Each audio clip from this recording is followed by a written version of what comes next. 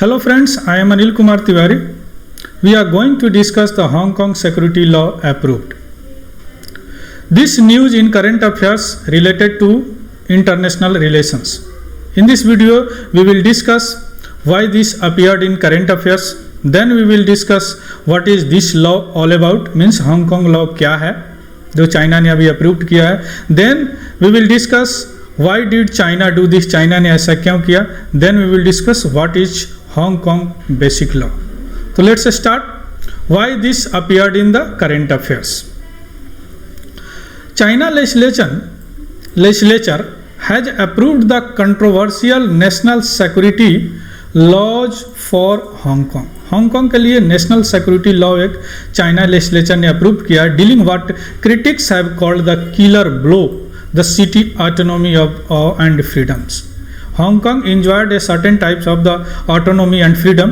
वह एक स्वतंत्रता और अपनी स्वायत्तता एक सर्टेन टाइप में एंजॉय करता, उसको ख़त्म करने के लिए चाइना लेजिस्लेचर ने एक नेशनल सिक्योरिटी लॉ अप्रूव किया है. उसके बारे में हम लोग चर्चा करेंगे. चाइना पार्लियामेंट हैव रबर स्टाम्प्ड है, वो जानते हैं वो डेमोक्रेसी नहीं है, जो भी प्रीमियम और 4-5 जो लोग करते हैं वही होता है. And controversial national security law that is expected to be imposed on Hong Kong.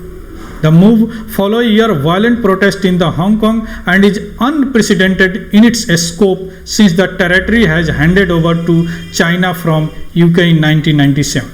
जब यह हांगकांग को यूके ने चाइना को 1997 में सुपुर्द किया था. हम लोग देखेंगे कैसे सुपुर्द किया था और इसका क्या एग्रीमेंट है. Pro democracy demonstrated fear the legislation will bring the semi autonomous territory further under the Beijing control. What is this law all about? यह लॉ क्या है?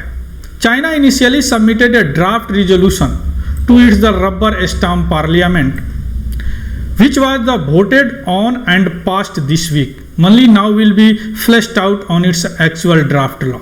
यह अभी भी एक ड्राफ्ट लॉ है जो कि अप्रूव्ड हुआ है पार्लियामेंट से, जो जनरली रबर स्टाम्प कहा जाता है उसको, चूंकि वहाँ तो डेमोक्रेसी है नहीं, कम्युनिस्टों की सरकार. सो the details are thin, but we know this: a law would make criminal any act of.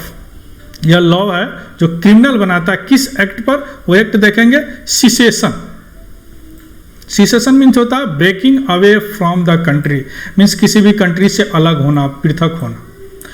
Subversion, undermining the power and authority of the central government, जिसके अंतर्गत है उसके पावर को अंडरमाइन करना, जैसे चाइना के पावर को अंडरमाइन करना हांगकांग के लिए, तो सबवर्सन.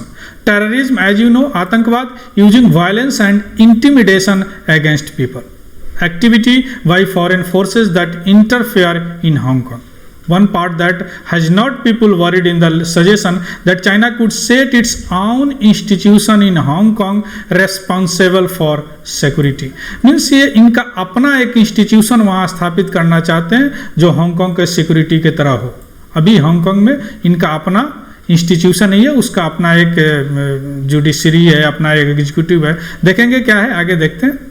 तो ये रही आपकी law security, Hong Kong national security law, which was tried to imposed by the China and recently approved by the China parliament, which is called the rubber stamp parliament.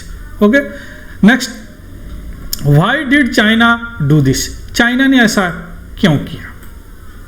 देखिए, तो इसके लिए थोड़ा सा इतिहास देखते हैं. Hong Kong has handed back to China from British control in 1997.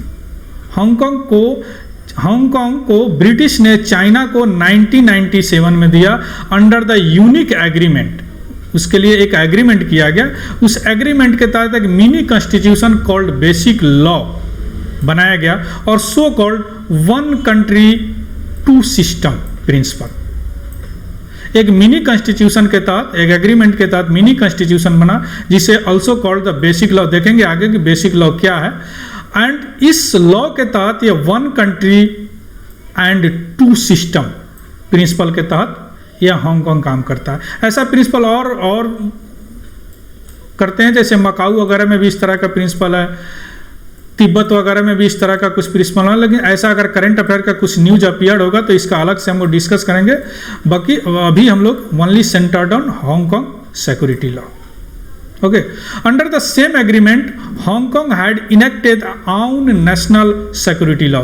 इसी एग्रीमेंट के तहत उनका अपना एक सिक्योरिटी लॉ है, जो कि आर्टिकल 23 बेसिक लॉ में इसका चर्चा है। This was set out in article 23 of the basic law, but its unpopularity means it has never been done.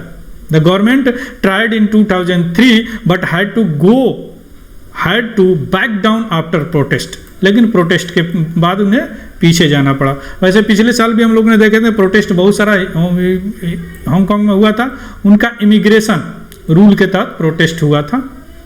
ठीक है, तो अभी हम लोग ने देखा था हांगकांग जो है चाइना को ब्रिटिश कंट्रोल 1997 में दिया गया था by under a new unique agreement.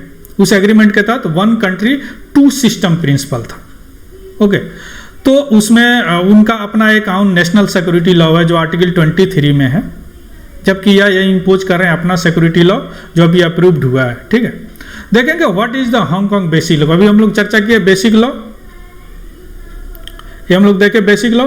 अब हम लोग देखेंगे कि बेसिक लॉ होता क्या है actually. The 1 country 2 system, 1 country 2 system मतलब एक देश है और 2 सिस्टम काम कर रहा। Principle is incident in the document called the basic law. ये जो प्रिंसिपल है जिस लॉ के तहत आया है उस लॉ को बेसिक लॉ कहते हैं। ठीक है, हांगकांग मिनी कॉन्स्टिट्यूशन भी इसको कहते हैं बेसिक लॉ को। तो पीटी पॉइंट ऑफ व्यू से थोड़ा इंपॉर्टेंट है कि 1 कंट्री 2 सिस्टम जो है किस डॉक्यूमेंट के तहत आया है, कब आया है और उस डॉक्यूमेंट को और क्या कहते हैं। ठीक है, that come into effect in the 1 जुलाई 1997। 1 जुलाई 1997 या 1997 से यह लागू है। The day British rule ended and the territory was return to China. इस दिन ब्रिटिश रूल खत्म हुआ और उस टेरिटरी को चाइना को दे दिया गया। ठीक है, that agreement is only valid for 20 year. यह एग्रीमेंट जो है 1 कंट्री 2 सिस्टम का या 50 साल के लिए वैलिड है, मतलब 2047 यानी 2047 में यह एग्रीमेंट खत्म हो जाएगा। इसके बाद में देखते हैं क्या होता है। Basic law protects rights such as the freedom of assembly, freedom of speech, neither of which exist in the mainland China and also set out the structure of the government for the country। Basic law है जो freedom of assembly, संघ बनाने की आज़ादी देती है, freedom of speech की आज़ादी देती है, जो कि चाइना में ऐसा नहीं है। तो चाइना सोच रहा है कि इस तरह धीरे धीरे करके इनकी ऑटोनॉमी, इनकी जो फ्रीडमनेस है वह खत्म कर दिया जाए। That's why China approve the Hong Kong new security law and try to implement the Hong Kong. Okay, now let's move. Hong Kong is ruled by the chief executive। या चीफ एग्जीक्यूटिव के तहत रूल्ड किया जाता और with support for the formal body of adviser called executive council. और उनको जो advice करने के लिए काउंसिल होते हैं उनको एग्जीक्यूटिव काउंसिल कहते हैं। ठीक है, the chief executive is responsible for the implementation of basic law. जो मिनी कॉन्स्टिट्यूशन है उसमें जो लिखा गया उसके लिए जवाबदेह है chief executive by the advice of the executive council, signing bill and budget, promulgating law and declaring them in the effect and issuing executive order. It also 2-tiered semi representative system of the government, the law making legislature council, district council as well as the independent judiciary। इनके पास semi representative system of the government है, जो independent judiciary है, legislature है और executive council है। Chief executive rule करते हैं by the help of the executive council. उनका काम होता है जो भी बेसिक लॉ है उसको इम्प्लीमेंट कराना, बजट को साइन करना, बिल को साइन करना, लॉ को लागू करना, ये सारी चीज़ें उनकी ये होती है under the basic law mini constitution. Okay, तो ये सारी चीज़ें हम लोग देख लिए कि हांगकांग सिक्योरिटी लॉ अप्रूव्ड है। हांगकांग सिक्योरिटी लॉ है क्या और किस तरह यह 1 कंट्री 2 सिस्टम को इंड कर देगा, because it was recently approved by the China parliaments. Okay, thanks for watching, thank you, have a good day.